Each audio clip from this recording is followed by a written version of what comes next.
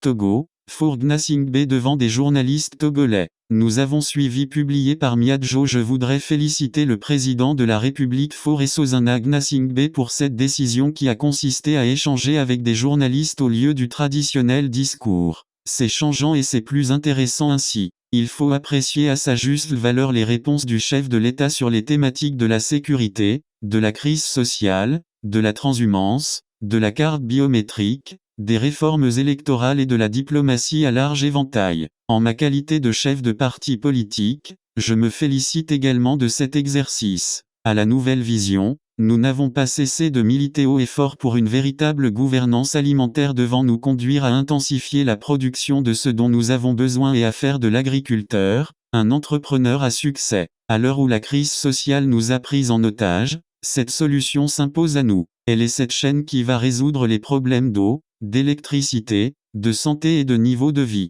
Aussi, sur la crise sécuritaire, consciente que cette guerre longue ne se fera pas que par les armes, mais aussi avec la collaboration des populations. Nous avons lancé une campagne de conscientisation des uns et des autres pour un appel à l'union nationale contre le terrorisme. Nos panneaux géants sont érigés un peu partout dans le pays. Sur le chapitre pertinent qui consistera à donner une identité à chaque Togolais, ça fait un peu plus de 10 ans que nous en parlons en tant qu'acteurs de développement. Nous ne pouvons que nous réjouir que le chef de l'État aborde la question en annonçant des actions même si elles ne seront pas immédiates. C'est un pas. Cependant, nous aurions aimé entendre le chef de l'État sur des sujets tels que la corruption, la gouvernance et la liberté de la presse. Grâce aux travaux de Transparency International et de Reporters sans frontières, nous savons que nous n'avons pas un bon classement sur ces terrains. C'est bien dommage. Toutefois, grâce à cette interview, nous avons su que le chef de l'État s'est plaidé coupable, et avoue ses échecs en assumant les reproches qu'on lui fait.